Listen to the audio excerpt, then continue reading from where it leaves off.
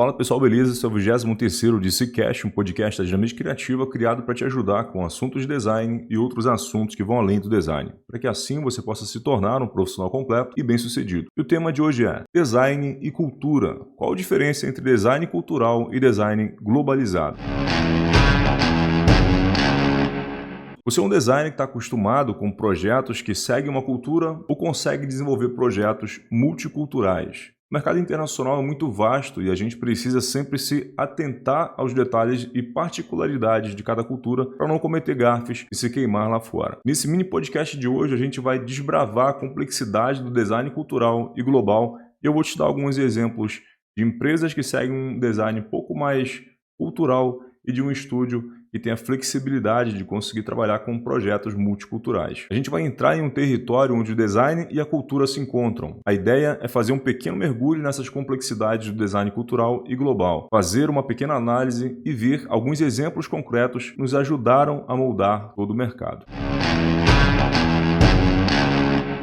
Raízes e identidade. Aqui a gente vai ver uma marca que trabalha bastante com uma identidade um pouco mais local, não só no símbolo, não só nas cores, mas também em produtos e essência mesmo. Aqui a gente vai falar de uma empresa brasileira para valorizar o nosso mercado também, eu vou falar aqui da Natura. No caso, a Natura é uma empresa brasileira de cosméticos e ela incorpora muito esses elementos culturais do Brasil, tanto em seu design quanto em seus produtos, em seus comerciais, em vários critérios que a gente já vai conversar aqui. O primeiro item que eu quero destacar aqui para vocês é o uso de ingredientes locais. A Natura valoriza muito a biodiversidade do Brasil no momento que ela começa a usar esses ingredientes locais nos seus produtos. Eles destacam bastante o uso de ingredientes naturais da Amazônia e outras regiões brasileiras também. Dessa forma, eles conseguem promover muito a sustentabilidade com apoio à cultura local. Outro ponto também que é muito importante é a diversidade e a inclusão. Eles abraçam muito essa ideia da diversidade cultural brasileira e a gente pode ver isso nas campanhas publicitárias e na escolha de modelos de diferentes etnias também. Essa abordagem geralmente representa a riqueza da diversidade do Brasil e cria também uma identificação até mais profunda com o público. Olhando para a etapa de arte e design e no quanto eles conseguem se inspirar na cultura local, a gente consegue perceber que essa estética da Natura, muitas vezes eles acabam incorporando elementos inspirados na arte brasileira, desde padrões indígenas até referências a toda a cultura um pouco mais popular. Eles acabam abordando estilos que acabam contribuindo também para essa criação de uma identidade visual mais brasileira do que algo mais globalizado. Então, se a gente parar para observar, a Natura tem tudo para ter um destaque mundial, mas se a gente for olhar a questão de design, a questão mais artística, de como que eles trabalham todos esses critérios, a gente percebe que é uma empresa muito focada no público brasileiro pela questão de como eles trabalham essa etapa de design e não focado tanto no mercado internacional. Eu não estou querendo dizer que eles não estão prontos para o mercado internacional, a gente está apenas separando aqui o que é mercado cultural e mercado globalizado em relação à etapa visual, à etapa de design, à etapa de arte, a forma como eles trabalham a empresa deles. A gente já falou sobre um projeto, sobre uma empresa que trabalha muito essa questão dos aspectos culturais em todas as etapas do seu processo, né? Como a etapa de design, a etapa publicitária, a etapa de produtos, que é a Natura. Então eles focam muito nessa questão cultural. E agora a gente vai falar sobre um estúdio internacionalmente conhecido, que é o Pentagram, e entender um pouco como que eles conseguem fazer essa adaptação de projetos para o mercado internacional.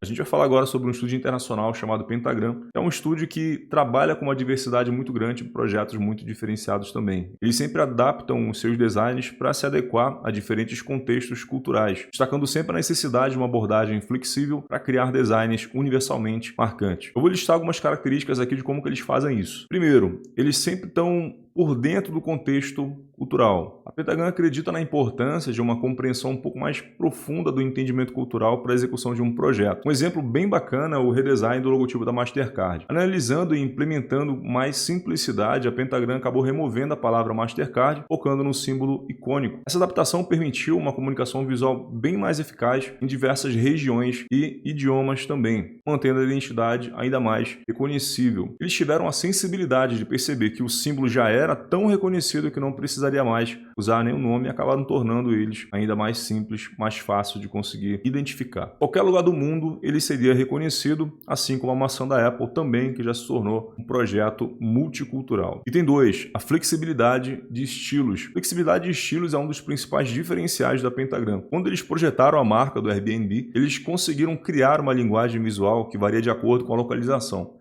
Eles incorporaram elementos culturais específicos em cada região para garantir que a experiência internacional da marca mantivesse uma base bem consistente, mas com toques de autenticidade em cada local. Item 3. Colaboração cultural. A Pentagram valoriza muito a colaboração com talentos locais e quando eles foram trabalhar com o redesign da marca da cidade de Londres, eles se juntaram com um estúdio de design local, para garantir que a identidade refletisse não apenas a visão global da Pentagram, mas que também eles conseguissem manter os aspectos locais e cultural de Londres na identidade. Item 4. Sensibilidade à linguagem do projeto. Em projetos como o da Slack, por exemplo, a Pentagram demonstrou uma sensibilidade especial à linguagem. A adaptação dos elementos visuais para refletir diferentes idiomas e culturas foi elaborada com muito cuidado. A escolha de cores, ícones e tipografia foi ajustada para garantir uma experiência visual que fizesse sentido e fosse bastante inclusiva também. Em resumo, sobre esses projetos que eu mencionei, que a Pentagram fez, eles mostram como eles vão além da mera adaptação e se aprofundam nas complexidades de cada cultura. Dessa forma, eles vão mantendo uma abordagem flexível e mais colaborativa. As estratégias são um exemplo de como o design globalizado pode ser uma experiência muito autêntica e sensível à diversidade cultural, preservando a essência da mensagem em qualquer lugar. Mas e aí, qual a sua opinião? Coloque aí nos comentários o que você acha sobre o design ser adaptado ao mercado global, design mais focado na cultura local. Tem diferença ou não precisa ser levado tão a sério? No começo desse mini podcast, a gente falou sobre design local e global e a importância de ter sensibilidade adequada, sempre pensando em onde esse projeto vai rodar e acabar adaptando ele para se comunicar bem e fazer o seu papel. No nosso mini podcast de hoje era isso. Se você curtiu esse conteúdo, compartilha com seu amigo design e vamos ajudar a revolucionar o nosso mercado. Um abraço e até a próxima.